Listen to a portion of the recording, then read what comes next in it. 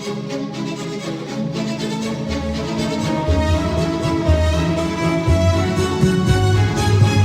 live play.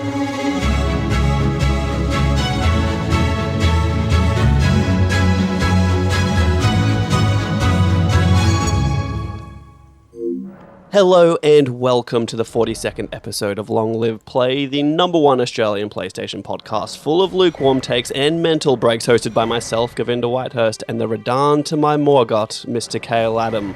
If you like what you hear, you can and should review us on Apple Podcasts or follow us on Instagram and Twitter at Long Live Pod. We also have a YouTube channel, which is just Long Live Play. Our SEO is bad, so scroll down a little bit, you'll find us. With that out of the way, Khayl, there you go. Govinda, I'm fantastic because about 4 months ago, someone reversed into my car. And now that might not sound like a reason for joy, but this small, slight scratch that was inflicted upon my beloved Mazda 2 has... Well, it took a long time, but it's finally in to be fixed. And in the meantime, I get to drive an i30. That's right, I am an i30 guy, and I feel great. I feel like I deserve an i30. I have Apple Play, you know, I've never had that before. I have all the sensors, you know what I mean? You're such an old man, has you? Like, I watch an Apple Play, you fucking old man. So I'm good. I'm living the good life. Do you have any more info other than just i30? You got the hatch, you got the sedan, what year we got? It's a Hyundai. Okay. That's the make. The model's the i30. Again, It's the hatchback. Okay, you got the hatchback. Okay, we got some information from you so far. That's right. Cool. Now, do you have any idea on what year it is? It seems very modern. I don't know. Last couple of years. Does it have a digital dashboard? Is it Yes, it all does. digital? All digital, yeah. Oh, okay. That is very modern. You're probably in at least a 2021, maybe. Pretty not bad. I don't know if you're aware of this because you're not super aware of much. No. But I drive an i30. Is that what that is? I didn't know that. Is, yeah, I drive an i30. I have a slightly more sporty version, which is the SR, which they don't make anymore. Now it's all the N-line. Yeah. But I do have an i30, so welcome to the club. Momentarily, though. It's obviously going to go back to normal eventually, and you're going to be a regular Mazda scrub soon enough, but enjoy it while you can. It feels good, but I am very scared for anything to go wrong because the excess is out of control. Like it is. Is it a rental? It's just a replacement until my car gets fixed. It's all covered, just which is pretty like nice. a loaner, yeah. That's yeah. fair. No, I'm loving it. Well, I could be wrong. I, for some reason, feel like that's like the slogan for Hyundai, which is like, I'm loving it, but I don't think it is. I think it's McDonald's. It's definitely McDonald's. I was like, do you not know what that's from? And then I thought it was Oh What a Feeling, but I'm like, no, that's Toyota. Maybe they just don't have one. The Koreans don't have one. Oh, okay. Is Hyundai Korean? I believe so. Yeah, I believe it's a South Korean company. Okay, that's interesting. Mazda's definitely Japanese. Mazda, yeah, that's definitely Japanese. It could be Japanese, but now, no, I don't think it is. Now I really want to find out, but I don't really care that much, and maybe you can just correct me next week when you look into it. Obviously, you will look into it. But other than that, I think I'm pretty good. It's been a good week. It's been a productive week. It really feels like we just did this. It really does feel like we just did this. I think it's just because it's just a blur of Elden Ring in between, and then I'm like, but I'm still playing that same game. There's no way we're recording another podcast. I will say, I still don't, have much sympathy for you, but I do, now that I have, something to do after we record, the actual, uploading of footage and the dealing with of the YouTube, it extends into Friday for me now. We record on the Wednesday. And it takes 24 hours to, upload to export. So now I feel this is happening into Friday. And then by the time it gets to, Monday or Tuesday, I got to start writing again. So it's It does not take you 24 hours to export it. There's no way. It takes 24 hours to process on YouTube that you have nothing to do with, and it just does it by itself. No, you're right. It takes nearly 2 hours to export. Yeah, that makes it more sense. 4K, 60 frames, that high quality. Because we know our audience demands the best. And so they must have it. They get to see me play. I feel like you kind of set me up pre-show for having are more enthralling how you're going. And it was really just that you've got a loaner car while you're getting your car fixed, which is kind of anticlimactic, really.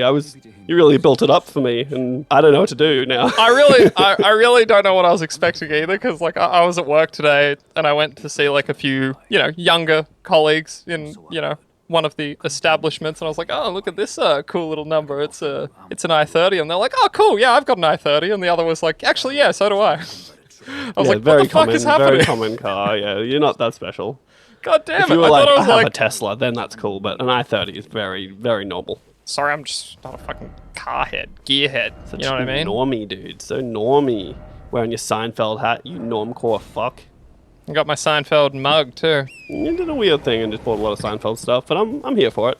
Govinda, here's to feeling good all the time. Just for everyone at home, that's what his mug says. So he's just saying that out loud now that's my catchphrase. But enough about me, Govinda. How have you been going? What's been going on with you? Not a lot. Not a lot. A lot of Elden Ring. I'm excited to talk about that in a moment. I played a lot of Elden Ring. I've been lucky. My last 2 weeks of work were just crazy busy. Everything was busy all the time, nonstop. And since that's all settled down as of Thursday, Friday last week, I've just been pretty much playing Elden Ring full time. So You're in the ring. Chill. I'm in the ring. There was a day last week when I asked you what level you were on. I was on level 80 maybe at the time, and you were on an easy 130. And then we realized that I couldn't summon you anymore, and that sucked for me. But then it was maybe a little bit of a kick in the behind that I needed to really get going. And within a matter of, I want to say a day or two, maybe day or two, I've gotten up to a cool level 122. I've beaten the next 2 story bosses, I believe. Or maybe one story boss, and then I beat the bane of my existence, which was that Radahn fight. So it's not great. We went over it, but feeling great. I mean, we didn't talk about it in detail, and it's been long enough now, I think, that we can... I don't know, I think I'd still like to maybe have a discussion about Elden Ring. Perhaps a focused review-style discussion. Bro, I'll talk about Radahn right now if you want to. I don't even... I'll give me a little teaser. Bullshit. Yeah, give me that. I guess, are you doing anything else in your life, or should we just move into Elden Ring? In my life? No, I'm not. No, my life's been very, very average lately, so nothing special to report. I got the higher car. That was the high point. Yeah, I don't know what month are we in right now. March. It's been a quiet month. The month of March. Nearly. Special. I will say this before we dive into Elden Ring. Just a few days, and Crusader Kings 3 is coming out on PS5. That is going to line up well for me because as of right now, I am camped out front of the final boss of Elden Ring. I hope to be done in the next day or two, and then it's time for a little break for Khayl. I think I need, as much as I want to just start this game again with a new build, I think it's important I step away. Otherwise, I'm going to burn out, and I'm going to hate it. The thought of just starting this game again, it stresses me out, and there's no way on earth, there's no way that I would finish this game, roll credits, even if I get the platinum or not, there's no way in hell I'm just going to start it again. It's just not going to happen. I'll play it again one day, but it's just not happening. I would love nothing more, honestly. I mean, well, I say that. I think I need it. You literally just said moments ago that you don't want to do that. It's all I think about. Yeah, every day I get home from work, I go to fextralife.com and I check out their build videos. They've been putting up a new video every day, and it boggles the mind what these wizards come up with. All the different ways you could play this game, themed builds that are min-max to the fucking wazoo, exactly how to get the most out of scaling and it's I was gonna say for all the punters at home, maybe define min-max for us. That's one of those weird terms where I don't even think about it. It's ultimately optimizing your stat spread, to get the absolute statistical no wasted stats. Yeah. Yes, and I kind of do that already. I've respec'd so many times just to change literally 3 points from one stat to another, just to make sure so there's nothing is wasted. Yeah, I almost there was a part of me, because I'm using this winged scythe now. It scales with strength, dex, and faith, but it scales better with dex and faith than it does with strength. And so part of me was so close to just respecking, removing all my strength and just doing a dex Faith build, but I started this way and I will finish this way, and I'm okay with that, you know? I think that's fine. Like, I had a lot more points into intelligence, and I was using a weapon that scaled off intelligence, but strength as well. I feel like as long as you sort of justify... Like, I have 20 intelligence. This new weapon scales mostly off strength, but there's a couple of little spells I like to use that require 20 intelligence, so I don't feel like that's wasted. I'm getting some scaling from it, so it all adds up, and it allows utility, so I don't think that's the end of the world. But no, look, I put a bit into Dex, and that just gets my casting a little bit quicker, and I needed it for something. I forget what it was. Maybe the Scythe, actually. But I made some great progress. My Scythe is fully upgraded. I'm almost fully upgraded. The best S ranking Faith seal that I could find. That's impressive. None of my weapons now have better than B scaling, which is the one before S. Yeah, I got really lucky behind the Volcano Man. I just found the Erd Tree seal, and it starts off at C ranking, but once you get it up to +5 or 6, it goes straight up to S, and it is for the whole time. Although the other seal I had was pretty close to it at +17, but once you get beyond like the +5, +6 on this one, it gets significantly better, especially now that I've leaned into Faith much heavier than Strength, because everything I have scales better off at Faith. So yeah, look, this game is weird. I go through like roller coasters of feeling like I can't do anything and I'm not making any progress, to just having like one day where I've made more progress than I have in a week, and it's really strange. I go through days where I'm like, I don't want to even play this anymore. And there was the other day, and I guess we can talk about it now, but the other day I was just like having the worst time playing it, and I was like, I'm done. And I bought GTA 5's PS5 upgrade for $15 while it's cheap. Oh, that's interesting. And I played that for a little bit, and then I was like, okay, well, still GTA 5. And I was talking to a friend of the show, Steven, at the gym this morning, and he had a good point where I think, like, it's old, right? GTA is what, like 8, 9 years old now? I want to say it was 2013. It came out the last year of the PS3. Yeah, I think that's 2013. So I think you're not far off there. And it really, like, doesn't age so well in terms of, like, I don't know, maybe I've just grown out of GTA, where, like, running people over in the street and, like, punching innocent bystanders doesn't really, like, appeal to me like it once did in my youth. But even also, like, he brought up that every black person in that game is a gangster, like as a thug in the hood. Yeah, right. And like, all right. And it's just like a weird kind of thought now where I'm like, oh, that's the only representation they have in there, is just being thugs. You got that 2022 brain, I see. I know, right? It's weird. And I was like, it is true. And it's just a weird, like, I don't know, it's weird to go back. I'll play it again. It surprisingly holds up well. That's a good point. I think, like, just off the top of my head, though, and I haven't beaten the game. For whatever reason, I've barely played GTA 5. Like, I've fucked around with it, but never really, like, played through the story. Aren't, like, most of the white characters, like, really shitty, though?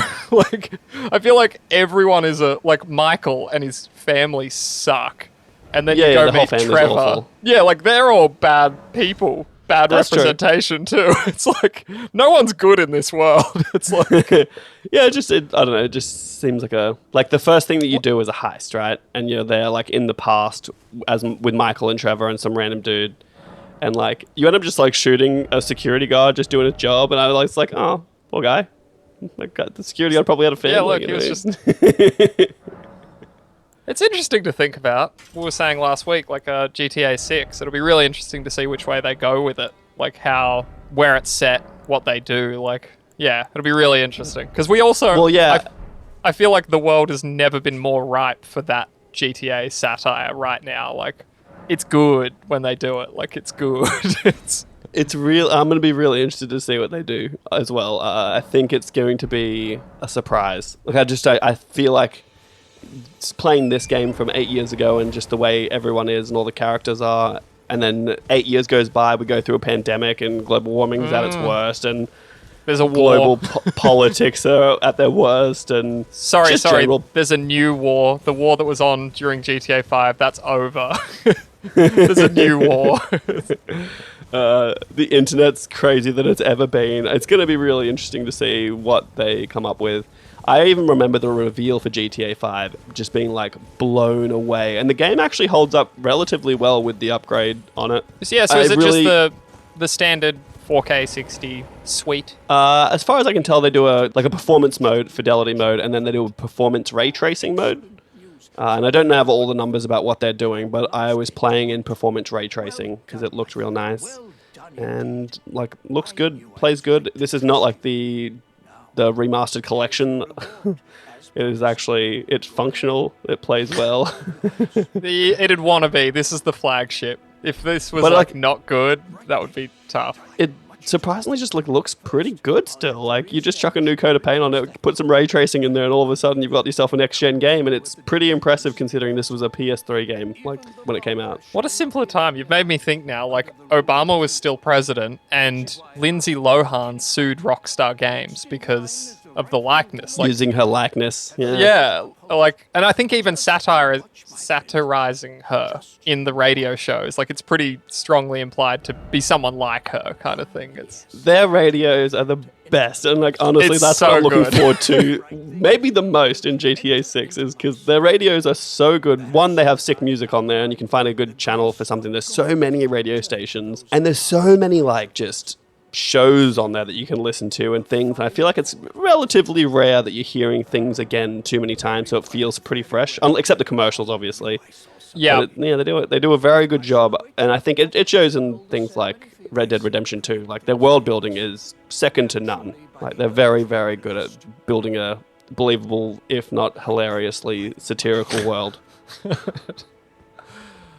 Well, okay, that's fun. Good for you, trying something new. Not me. I've just been smashing my head against the final boss in Elden Ring, which I cannot. This is my greatest roadblock, and I was kind of saying to you, I feel like you're going to get to it and just beat it, and other friend Callum, I feel like he is also just going to get to it and beat it, and I'm going to be humiliated, because I've not struggled with any boss like this. Well, you have. Oh, no, maybe not like this. I was going to say, Morgott seemed to have got you for a little while. Morgott, I literally tried the last boss 20 times last night, just straight, and I can't summon anyone. I got to the point where I was like, okay, I just need to fucking get this over with, so I'm going to summon someone in, and there's no symbols, or I'm too high level, and that's the other thing. Did you maybe miss the summoning pool somewhere, or? Nope, I'm standing, they appear, but they just, whether there's connection errors or it's so high traffic that they're being summoned before I get to them. They're being summoned too quickly. Yeah. Yeah. That's more likely. Well, what, you said you're 150? I'm leaving it at 150 because I read on Reddit that that's sort of going to be the meta for PvP, and I kind of want to leave a character at sort of, so if you want to go do invasions, end game, and just fight people. In theory, if you respec, do you have to use all your points? Yeah, I think so. I'm pretty sure. Siri, no! She's become self-aware. Yikes. What did I say? Can someone let me know what I said to make my Siri go off just then? What we could do, because I know we were thinking about streaming Returnal co-op, because that's a thing that's available now. But what we could do is you could just come and help me catch up to where you are. And then you help me. And then we can help each other get through this boss.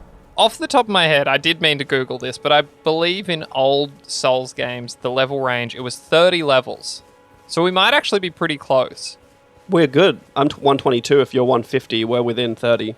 Yeah, I believe I'm 148, but I want 2 more levels. Well, that's fine. Even if you got 2 more, we're still within 30. So if we use that as a baseline. And through the magic of editing, I've done some research. We've found out what I need to be at. I actually need to be at level 128 for Khayl, so I can summon a level 150.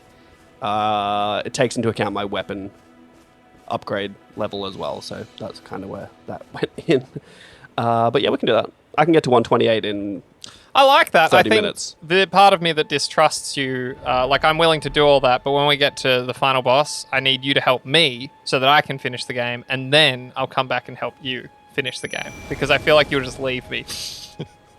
leave me at the finish line or something. We help you get it, and then I'm left out in the cold. Yeah, the thing that I need from you, though, on the inverse of that, is I need a guarantee that you will see it through. I will help you do it, but you're going to stick. You might have to fight it another 40 times for me to beat it. I've already done it. I know. That's what I'm saying, and I feel like you're over it. And so my concern is that I'll help you. I'll summon you 5 times. You'll be like, "No, I'm going to go too," and I'll be like, "No, you can't leave. You have to commit to me beating this boss now." We'll see how it goes.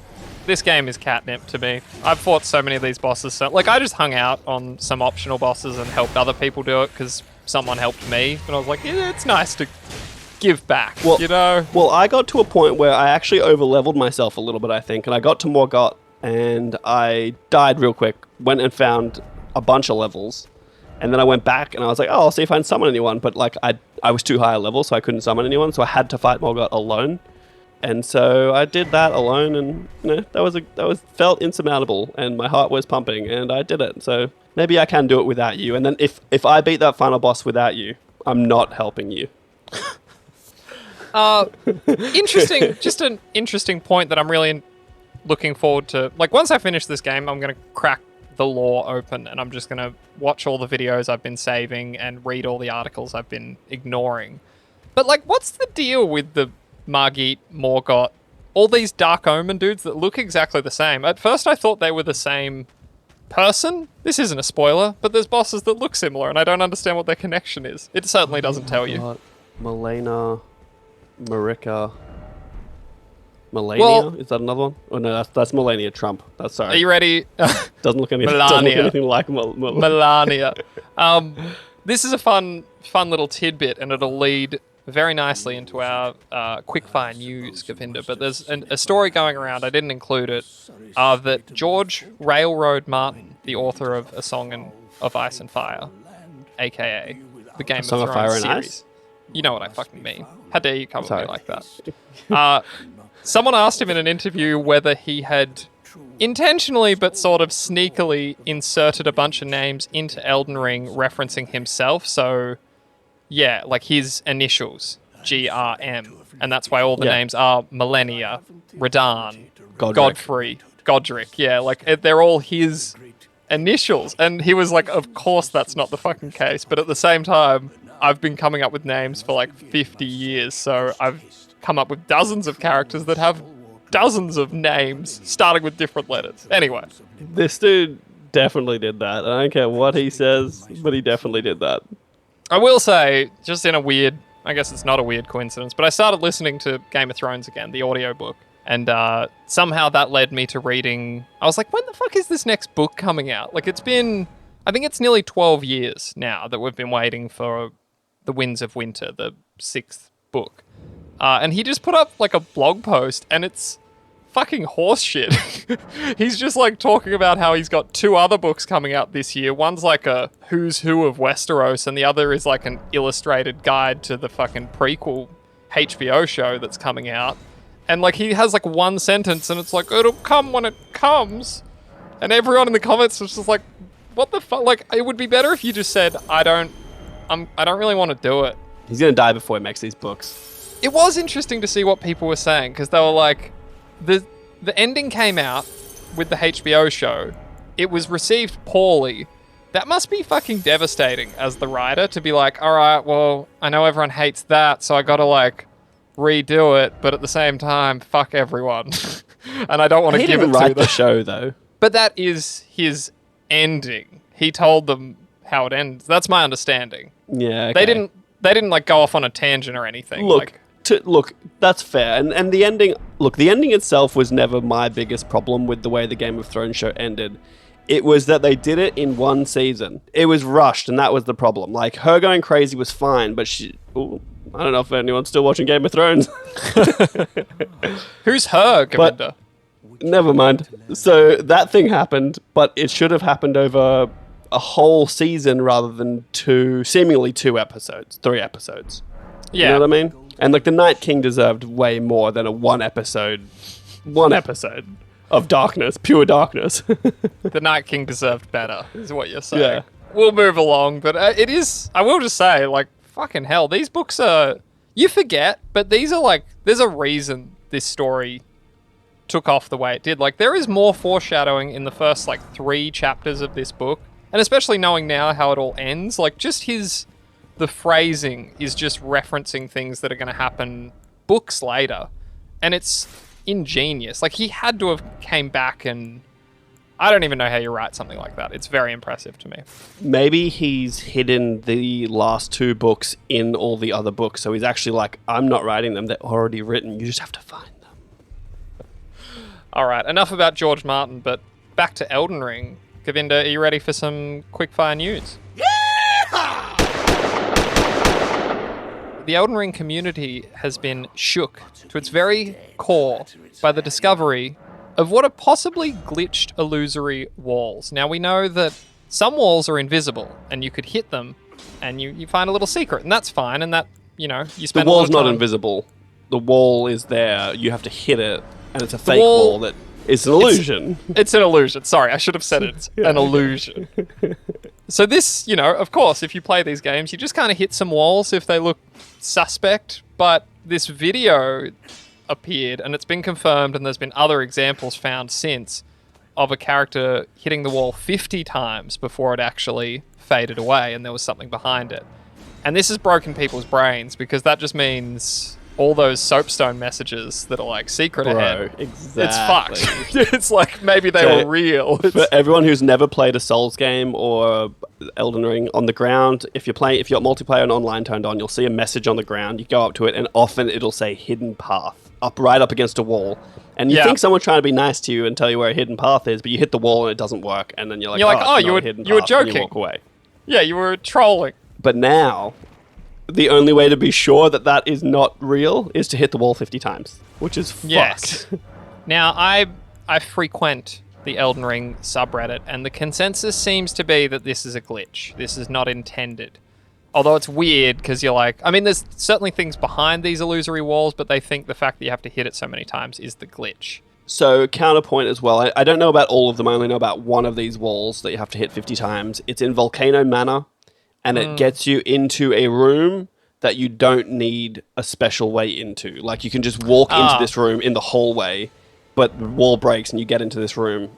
And so that maybe adds credence to it being a glitch, where the wall maybe isn't even meant to break. Yeah. But he hit it 50 times and then it broke. Did we talk last week about the patch and the changes that were in it? I couldn't remember. I think that might have happened just after we recorded.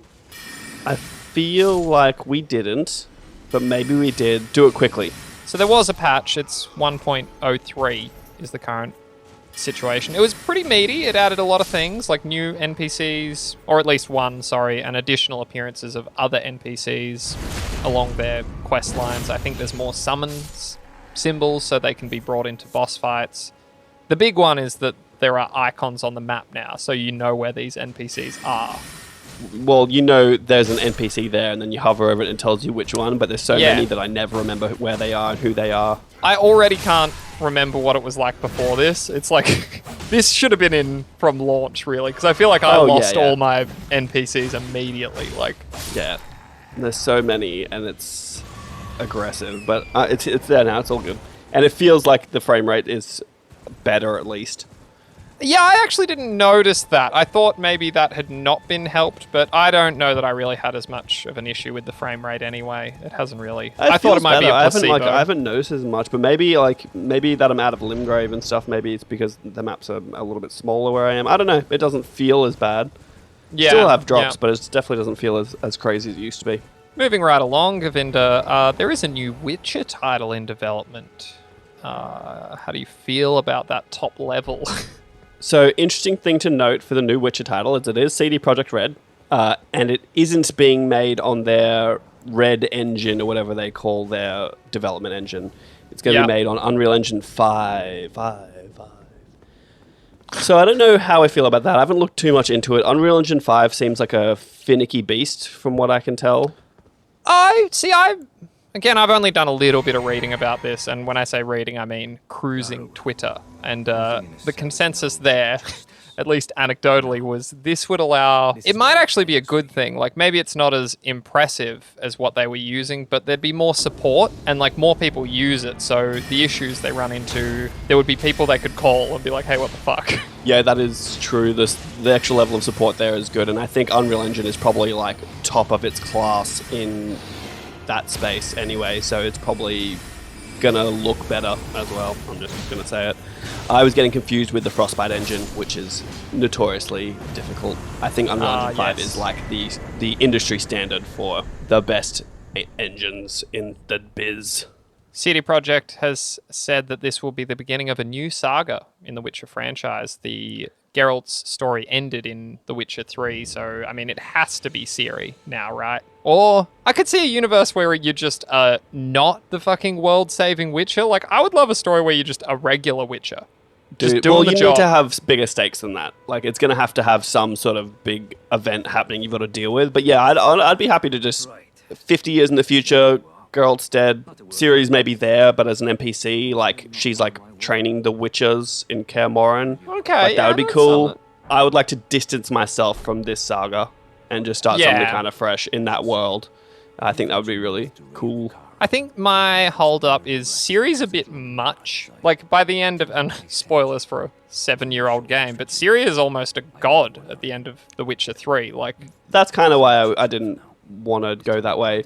I did like, depending how you finish the game, the ending is different for everyone, but like I was with Ciri at the end of the game and we were like doing Witcher shit together. Yeah. So I think it'd be better off just to end Geralt's saga completely, kind of distance yourself and have like a few maybe recurring characters just to be like, oh, you remember? But just do something a bit fresh and different. I would be remiss if I did not mention this, but Erin, my wife, actually pointed this news story out to me. I hadn't seen it yet. She was like, you excited for this? And I was like, honestly, they got to sell me on this. Like, The Witcher 3 was a long time ago, and Cyberpunk was a shit show. I don't know that this is going to be a good game. I don't know that it's going to be even a decent or functioning game. They've lost a lot of goodwill. And then she was like, don't you love The Witcher? I was like, well, no, the first 2 Witcher games suck. They're not good video games. They're interesting. The second had a better story, but they play like shit. The Witcher 3 was really, in my opinion, all that CD Projekt can hang their hat on. For sure. And I've made the joke a million times where I say I'm looking forward to Cyberpunk 2077 3. And it never gets old. It never does. I'm going to keep saying it. I wish someone had a tally of how many times I've said it. And I'm going to say it every time CD Projekt Red comes up. But this is going to be like, it's not The Witcher. And so they've got the fundamentals down. They probably can save a bunch of time. Oh, maybe not if they're changing engines.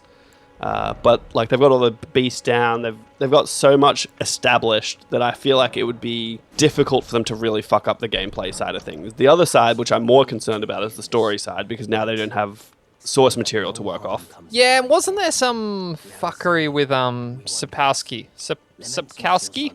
The author? Yeah, I think they're not on good terms.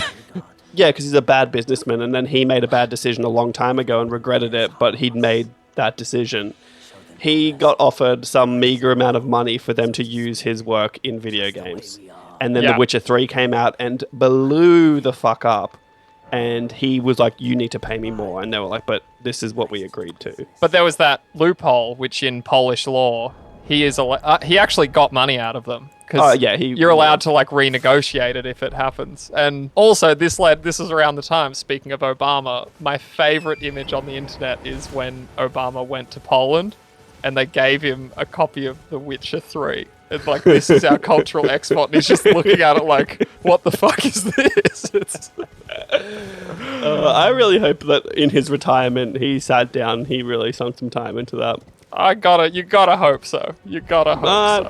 I think it's a rough game to start if you've never really played video games. It's a pretty technical one to get in on, but hey. All right, enough about that, Govinda. Next up, we got the announcement of... Whoa. Sorry. Whoa. Dude, you forgot that The Witcher 3's final secret's been discovered years later. 7 to 8 years later, in fact. Now, look. I want to tell you what this is. This is a story. This happened. I thought it was interesting. If I tell you what this secret is, it sort of spoils a part of the expansion Blood and Wine. Is that acceptable? Dude, I don't care, bro. Like, just say it. I've read it already. I know what this is about. Oh, well, I didn't know. I thought you might be having a fucking Witcher 3 time when it finally comes. Dude. I will. I'm going to, but I'm going to... There's so many things in games. Like, yeah, you can spoil some of them. It's fine. If 1% of the things that I'm interested in video games get spoiled, I'll be fine. That's fine. All right, so at the end of Blood and Wine, you as Geralt have a choice. The whole DLC revolves around this character, Vivian, who has been turned into a horrible bird woman, which is sort of at the core, and your decisions are how you deal with this. You can try and cure her of it. you can remove the curse, but it has the unfortunate side effect of shortening her life. She is given 7 years to live as a human being. So you can do that, and that can be your ending. And what was fascinating was the 7th anniversary of this game was just last week. Of this DLC. And someone, a YouTuber, ex-Latalis, found that if you go to Skellige, and this character mentions that she's going to go to Skellige, 7 years later, in the real world... In real time. You find her dead there. Like you can find her body, and she's lived out her life.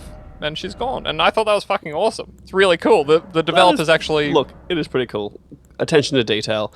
I'm going to call this episode 42, just spoiler cast. Yeah, great SEO for us. We're really good at that. We're going to spoil everything. Every game that we've played, we're going to spoil it. I actually think I'm going to call this Elden Ring, George Martin, Witcher 3 CD Projekt, and that's going to be our SEO title. We're going hard into SEO for these titles. Okay, so moving along now, we got the announcement of The Quarry, which is a new game from Supermassive Games. They obviously made Until Dawn, which you and I both loved and have Obviously, everyone knows that, obviously. Do they? No, that's why I was making fun of you saying obviously. Oh. Your sarcasm is so thin. I don't even know. So I didn't have a Red Bull and I didn't have a coffee today, and that's where we're at, dude. I don't know what to tell you. Where do you come down on the Dark Pictures anthology? Let's fucking get into it. So you're going to say obviously Supermassive, who made Until Dawn, but you're not going to tell me what this Dark Pictures anthology is? Well, that's what I mean. So Until Dawn came out 2016. Everyone loves it. In the meantime, they kind of fucked off into some VR fuckery, but in the meantime, Supermassive has been working on the Dark Pictures anthology, which are bite-sized. This is that game that we played randomly at your place. These are little Until Dawns in a new setting every year. I've now played all of them, and I think they're not as good. There's no getting around that, but I think they're getting better. The one you and I played together was the worst. Yeah, it was... So that's all I've got to go off is the one that we played together, and I don't think we finished it. We probably put in like 4 hours or something. Yeah. It was not fun. I didn't enjoy it. Yeah, it wasn't great. That was the second one. It was about the witches. The name... It was called Little Hope. That's the one. Yeah, no, it wasn't good. So what was my thought on that? Bad. Don't do it anymore. Instead of spending 3 years on 3 average games, spend 3 years on one good one. Yeah, I will say this. I played Man of Medan with Aaron, and I found it scary and good. It was a little bit janky. And then I played the second with you and a group of people. I think there was too much split focus. Like, people weren't, actually paying attention the whole time. Because I played the third one with Aaron Because again. it wasn't great, though. Well, there was that too, but I played the third one, again, just the two of us, and it was awesome. I think the key is I need to just play this with Aaron, and then we have a great time. That's very possible too, because I actually played Until Dawn with my girlfriend at the time. Yeah. And it was awesome. We had a great time. Yeah. She didn't really play it, but she enjoyed being there and making decisions, because I would force her to make the decision before the time ran out. But that was sick. It's possible, and Callum was there, and he is notoriously annoying. So, yes, that's true. It's very true. He was very vocal about his dislike of the game very early on, and incessantly, really, throughout. So that might have, to be fair, I bit. I believe he has struggled with ADHD his whole life. So asking him to sit down and watch that is like, it's a lot. Yeah, sit down and watch this. Don't play it. You'll just be watching, and also it's very slow. Yeah. Super fans will, of course, remember that my first date with Erin was playing Until Dawn, Govinda. You'll, of course, remember that, but maybe you wouldn't. You shit. We don't have to get into it now, but it's your quote-unquote first date with Erin is... I don't know when that would have been, technically, because the beginning of that whole relationship was ambiguous at best. It's water under the bridge. When was the first one, Khayl? So I thought your first date was watching one of the Star Wars, maybe. I had many first dates, you know what I mean? Anyway. Well, you've at least had 2 with Erin. So what this is, Govinda, this is the true successor to Until Dawn. This is not a bite-sized little mealy mouth thing. This is meant to be a full-priced deal. And I'm very excited. I watched this trailer and it looks great. Yeah, look, I'm keen for it. I haven't looked at the trailer. I liked Until Dawn, so I'm definitely going to probably maybe think about playing it, especially because I know you'll buy it, so I'll get it for free. Fuck. All right. Here's an interesting one. Ghostwire Tokyo is out. This is, of course, a PlayStation exclusive by Bethesda, so it's like, it's got a bit of that stank on it, you know what I mean? They did it on purpose. Yeah, reviews are mixed, is how I would describe it. It's currently sitting at a 76 on Metacritic, which is good. That's not a bad game by any stretch of the imagination. But I watched IGN's review, and this game looks fucking weird. I kind of had this feeling. I had this feeling about it that the combat, it looks cool in like a quick fire trailer, but actually watching long term. watching a full combat encounter, it looks weird. It's like, I don't know how to describe it. Go watch a video. It's hard to... Yeah, that's fair. I'm probably not going to watch anything else or play this game until it comes onto PlayStation Plus for free. Look, this is why you wait for the reviews. I thought it always looked interesting, and like the combat to me looked interesting, but again, maybe there were just short bursts of it. And yeah, it just felt like the story maybe wasn't going to be there, and the world was obviously... It was a convenient excuse to have an empty world. Like, oh, everyone's gone. Yeah, oh, crazy. Oh, you woke up and now no one's anywhere, and it's just an empty city. That's crazy. So, look, it's fine. Bethesda probably botched it on purpose because they hate PlayStation, obviously. Having been bought by the enemy, Xbox or Microsoft. And then it's going to come out on Xbox and it's going to get all this DLC and make it cool and fun again. Because my assumption is this is a timed exclusive for 1 year, would be my assumption. Because Godfall is going to Xbox like next week, I think. Another average PlayStation 5 exclusive. Apologies, because it was in a review. I don't know if it was the IGN one, but it was not my words. But the recreation of Shibuya and that part of Tokyo is incredible. It's like apparently almost street for street reconstruction. Like I've been there and it looks exactly the same as being there, but apparently it's like scarily accurate how well it's been recreated.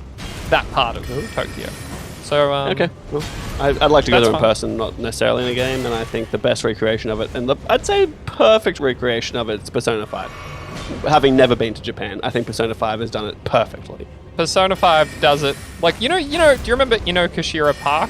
Where you like, there's a lake? No, I was joking. I assume Persona 5 is very stylized and not even like it at all. It was a joke. I was dry humor. You missed it completely. With the Kichijoji, which is like the new area in Royal, like there's a town area that you can run around in. I haven't played it. Oh, that's right. You played the fucking dud version. Yeah. That's not. No. Let's not start with this.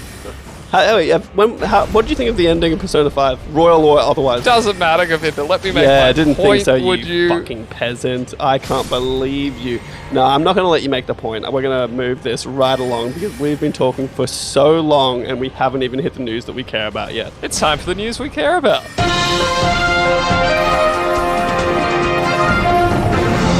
Govinda, we need to talk about State of Nay 4, as we're calling it. I'm not calling it that. I'm not even going to call the episode that, but continue. Of course, last week we talked about how we're stuck in a time loop. We were stuck between State of Nays. And so we had not yet gotten to see the 14 minutes of new gameplay of Hogwarts Legacy. We since have. And it looks fucking pretty good. Hey. So I'm cautiously optimistic about this because, one, it looked great, but two, the developer Avalanche have nothing in their history that leads me to believe that they are capable of making this a good game. So one of their last titles was a Cars game. That's the Pixar series. Yeah, exactly. So Cars. It looks great. Like, it looks really, really good. Like, and I'm optimistic about it, but I'm cautious because I just don't know if they have what it takes to make this a really good game. You know what I mean? There is that element where it almost looks too good to be true, but it's weird because we've also now seen it running, so I don't really know what I'm worried about. Vertical slice. Yeah, well, but you do see a lot of it. That's true. They take you all over the place. And it's a decently long, like, it's a 20-minute state of play. I was almost going to call it State of Nay. A 20-minute state of play with, like, 5 minutes of that being dedicated to just talking to the developer. So it's good, like, 15 minutes of actual gameplay. Someone's talking over the top, telling you what's going on and what's happening. I thought it looked really good. We talked offline about this, and I think maybe I was being a bit too critical, but I thought the combat looked a little samey to me. You later told me there are a lot more spells in it. In my mind, I only saw them use a couple over and over again. But... And part of that might be it's hard to really distinguish what spell is being cast other than a color, and some of them are colorless. Like I thought there was a bit in there where the little boy wizard dude's just throwing spells out all over the place, but in between the spells getting thrown out, he is blocking other spells, and it looked sick, dude. I was this looks so good. The problem I had was there was a bit where they start talking about like, oh, and you can like explore Hogwarts and get out of the castle and explore around whatever, and you'll find like dungeons with puzzles. And I swear 2 or 3 clips in a row, and after they said the word like puzzles and dungeons, was just Accio. It was like Accio, Accio, Accio. And I'm like, either bad editing or dungeons are real boring and you're just pulling shit closer to you. So after the show, Govinda, it was clarified by our old friend, Chandler Wood. Do you remember Chandler Wood? Nope. You could go back almost 40 episodes of this podcast when we used to have a little section called the Feature of the Week. We used to read his stuff all the time. That's the section that may not be named. Anyway, Chandler's now moved on. He's now working as the community manager for this very game. Hogwarts Legacy is, it's like his big break. But anyway, he clarified that this game is single player and that there will be no microtransactions. And I was like, that's obvious to me. Until I dug a little deeper into some criticism that was going on here.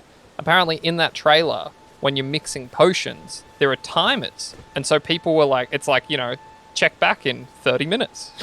And that got people on edge. Oh, like the old Farmville thing where it's like, okay, plant your farm and it'll be ready in 35 minutes. Yeah, and but apparently that is not the case. There just does seem to be real-time timers. Speculation is that you would, like, I don't know, put on a potion, then go to a class or something, or do some story, check back. Yeah, they showed something where the room of requirement seems to be, like, your base. Yeah, and so you go in there and you have a thing that can make potions for you, and you have, like, somewhere where you can grow plants that you can use. Honestly, this game looks so sick. I was into it. And finally, on the single-player thing, I didn't even think about this, but people are... upset is a strong word. I just saw some people saying it was a missed opportunity, that if this has a fully fledged Quidditch tournament in it, why not make it multiplayer? At least that part. Maybe that's too big an ask, but that would be fucking cool. Okay, for everyone needs to cool their jets a little bit. This is like the first actual Harry Potter game or Hogwarts world game that's ever been, other than the movie games. So you're not going to get it all in the first game. Let them build a foundation. If it's good, they can do more later. Honestly, like, this is one of those ones where I'm glad that it's single player. Like, I don't want a game as a service Hogwarts game. I don't want a Destiny of Hogwarts. It sounds awful, dude. I want to just explore the world, bro. Go to the Nocturne Alley, see what's up. I'd love it if they had sort of like a Blitzball-esque Quidditch mini game. That would be so sick. Like, if there's some element of team management to it. Yeah. And like, you're the captain of the team, so you got to go around the school and recruit other players onto your team. And you could see how that gets to, let's verse our teams, like a slight multiplayer. You can see why people want that. A little Pokemon battle thing, but for Quidditch. Now, I want to know if you get to choose your house, or if based on like a questionnaire or something, they will sit you in a certain house. And again, I don't think we know for sure, but they certainly showed all 4 different homerooms. So yeah, and they show like all the outfits and stuff. Well, no, I think you have the possibility of being in any of the houses. Oh, they say that. You're right. The sorting hat. Yeah. They say that. So you'll get sorted, but I want to know if I get to choose, because you better believe that I went onto the official website and I did my thing. It told me I'm a Gryffindor, and I better fucking be a fucking Gryffindor, dude. And I feel like I am a Gryffindor. I think I am a hero. I think I am a hero kind of archetype for sure. Yeah. So if I can't choose to be a Gryffindor, I'm not buying this game. So that's all I'm saying. We'll move along. Just to finish, Chandler Wood, in case you didn't remember, he was the editor-in-chief of PlayStation Lifestyle, which is a website I use regularly when putting together this show. So it's cool to see, in the time that we're fucking stuck doing this shit show, he's moved on in the world. So congrats to you. Rub that in my face, why don't you? Finally, Govinda, this was sort of big news, and it really came out of nowhere, but Sony has announced the sudden and, quite frankly, baffling decision to acquire Haven Studios. The newly formed Montreal-based studio is currently developing its first game, a PlayStation-exclusive multiplayer title. Little is known about it, but it must be compelling for Sony to want to snap them up so early into development. PlayStation head Jim Ryan describes the developer as, quote, an emerging studio with an exceptional team of talent, end quote, and says this is the company's first Canadian studio. I don't really know. I tried to do some research on this. I don't know how to feel about this. It's so weird. It's such a strange acquisition. So it's seemingly, while they've gotten a studio we know nothing about, it seems that they really have just bought the studio in a way to hire this Jade Raymond lady. And I don't get it, because the studio's not made anything, and that or this AAA, quote-unquote, AAA multiplayer experience is going to be something special, and they can see that. Yeah. I'm very confused by the whole thing. Yeah, she comes from Google. She worked on Stadia. That was like her last big gig before she started Haven, and that was only in 2021. Like, that's very, very recent. Well, before that, she was the producer on a bunch of Assassin's Creed games, correct? Sorry, you're right. So after she left Ubisoft and actually went to Electronic Arts for a little while. That one is a blemish on the resume, I'd say, 'cause she went to EA to work on Star Wars Battlefront 2, and the launch of that was bad. We were trying to figure this out too. So Jade Raymond is a producer. So as opposed to a lot of other studios, especially PlayStation studios, she is not a creative. She is more of a suit. Which is why she's like on the money side of things rather than the creativity side of things. Like, let's get this in under budget. Let's make sure we have the resources we need. No shade to that. That's an essential role. It's just that we're used to, leads like Neil Druckmann, who is a writer. All of them, like Corey Barlog, Neil Druckmann. You got Hideo Kojima. Like, all of these names are all the game directors. Yeah. So it's really interesting. I was saying to you, I'm sure I could Google it and find out, but I can't really think of another studio where they are more of a production person than an artistic lead. And obviously there's more in the studio than just that, but it seems atypical to have a producer as the face of the studio. Like Ken Levine, another one. Like, there's just so many where it's always going to be like a game director is usually the face of the studio. And so it seems a little bit strange to have a producer be in that role. I mean, it is too early to say, but again, it's strange because even Housemarque wasn't acquired until after Returnal came out. Like, what's going on with this game that it's so essential that Sony has to have it right now before they have anything to show? Like, I saw this as this was just a blog post on the PlayStation blog. It just kind of came out with very little fanfare, and here we are. I think it's a confusing situation, and we don't really have much to go on, so I guess we just wait and see. It's happened. I guess all we can tell you is that it's something that definitely happened, and hopefully it means this exclusive multiplayer game is going to be something special. Govinda, I don't know that there's too much more to say, to be honest. We're honestly, we're going to wait 3 to 5 years before we really know anything about this, because this studio doesn't really exist. They'd still be hiring at this point. A pitch has been made, and it must be a good one. Wait, it's not even in development. As far as I know. You literally wrote, a newly formed Montreal-based studio is currently developing its first game, which would sound like it's in development. I mean, it's in development. It could be in the very planning stages of development. That's called pre-production, it's not development. Oh, sorry. Sorry, fucking Mr. Guy. Development would be active development. Alright, well, that's on me, I guess. That's egg on my face. Let's get out of here, dude. This almost could have been new. This almost could have been a quick fire, because we have no information on it. It's very strange. It's true. It does feel like it deserves to be a part of this segment. This is a first-party acquisition, but it doesn't feel like it. It's so weird, and we will tell you more when we know more. Maybe, if it's worth telling. But we can't guarantee that it will be, or that we'll care, or that we'll still even be here. Oh, Jesus, that got... Are we dying? I've got something to tell you, Khayl. Stage 4. Inoperable. This podcast Testicle is stage 4. If I don't see some money soon, I'm out, dude. Jesus Christ. Whoa. Alright, well, anyway. This has been the 42nd episode of Long Live Play, and I've been me. He's been him. Let's play some video games. Fuck. Hey, do you want to play something? Yeah, I want to stream something. Do you want to do it like right now? I need to sort out my chores, but we can figure that out Well, offline. I probably can't do it later. It's either going to be now or never. Let's hash this out right here. Okay. No, I can't make that work. Okay, cool. Alright, see ya. Okay, bye.